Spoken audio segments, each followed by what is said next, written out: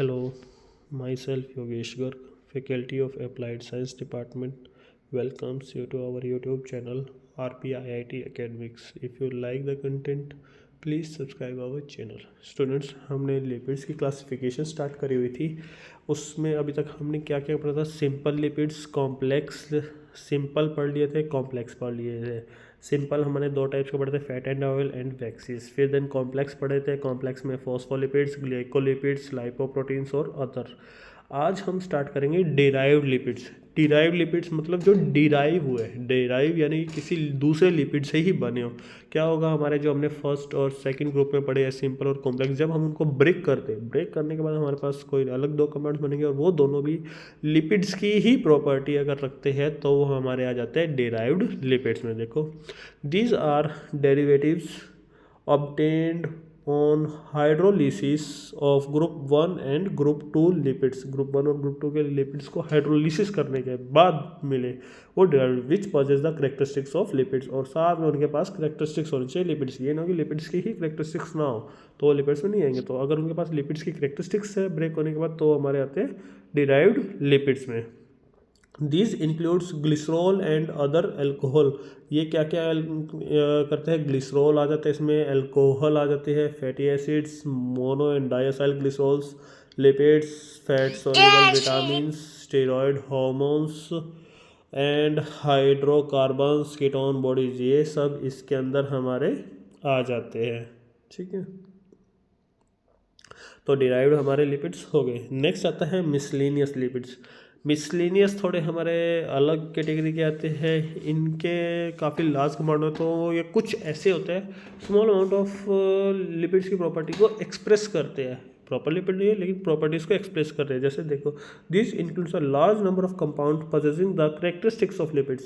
सिर्फ क्या है? करेक्टरिस्टिक्स लिपिड्स की अपने पास रखी हुई है तो हमारे मिसलेनियस में आ जाते हैं। Example carotenoids, squalene, hydrocarbon such as pentacosane, terpenes etcetera, ये सब हमारे मिसलेनियस में आते हैं। एक अलग आते हैं हमारे न्यूट्रल लिपिड्स। न्यूट्रल लिपिड्स होते हैं जिनके ऊपर कोई चार्ज नहीं होता। The lipids which are uncharged, वे लिपिड जो अनचार्ज है, are referred to as the neutral lipids. These are mono, di, tri acyl glycerol, cholesterol and cholesteryl esters, ये सब इसमें आ जाते हैं। देन आता है सोर्स। अब ये हमने लिपिड्स पढ़ लिए, क्लासिफिकेशंस हो गई। अब सोर्स की हमें लिपिड्स मिलते कहाँ से हैं, उनका सोर्स ऑफ ओरिजिन क्या है। अब हम जो लिपिड्स है मिलते हैं वो हमारे प्लांट सोर्स से हो सकता है, एनिमल सोर्स हो सकता है, या हमने किसी प्रोसेस फूड से लिया है। ये सब हमारे इसके क्या होते हैं? सोर्स हो जाते हैं। देखो, first, lipids are a diverse group of compounds. Diverse group compounds है that includes fat, oil, waxes and certain vitamins. They serve various functions in the body। अलग अलग functions body में करते हैं, including energy storage, cell membrane structure and signaling।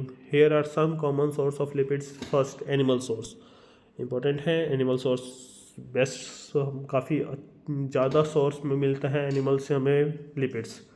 एक best source भी कहते हैं मीट, इसमें आगे जैसे beef, pork, chicken, lamb contains varying amount of fats with saturated fat more prevalent in red meats. Dairy products, milk, cheese, butter, cream, high in saturated fat and cholesterol. Fish, fatty fish like salmon, mackerel, sardines are rich in omega-3 fatty acids, a type of polyunsaturated fats। ये saturated, unsaturated, ये हम आगे देखें किस types के fat होते हैं। ठीक है, तो हमारे मेन एनिमल में क्या हो गया? मीट हो गया, डायरी प्रोडक्ट्स हो गया और फिश हो गए। नेक्स्ट इसके बाद आता है प्लांट सोर्स। प्लांट सोर्स में हमारे सबसे ज़्यादा जो नट्स आ जाते हैं, सीड्स आ जाते हैं, जिसमें almonds, walnuts, flax seeds, chia seeds are a good source of healthy fats including omega-3 and omega-6 fatty acids। जो बेस्ट सोर्स मानते हैं omega-3, omega-6 एसिड्स वो हमारे सीड्स में आ जाते हैं या नट्स में आ जाते हैं। देन आता है vegetable oil, olive oil, canola oil, sunflower oil are rich in mono unsaturated and poly unsaturated fats. क्योंकि अनसेचुरेटेड प्यूफा और म्यूफा हमारे बॉडी के लिए भी हेल्दी होते हैं, तो ये हमें किन से मिलते हैं? सनफ्लावर से भी मिलते हैं। ठीक, then avocados, highly in monounsaturated fats, avocados also provide vitamin and fibers. तो तीनों हो गए हमारे कौन कौन से, nut and seeds, vegetables, oils, avocados. Then आता है प्रोसेस फूड्स। प्रोसेस फूड से जो हमने क्या करा है, कुछ खाने को बनाया है उसमें फैट्स का कंटेंट भी हाई हो जाता है, जैसे स्नैक्स वगैरह हम क्या करते हैं उनको फ्राई करते हैं, तो फ्राई करते तो उसमें फैट्स आ जाते हैं।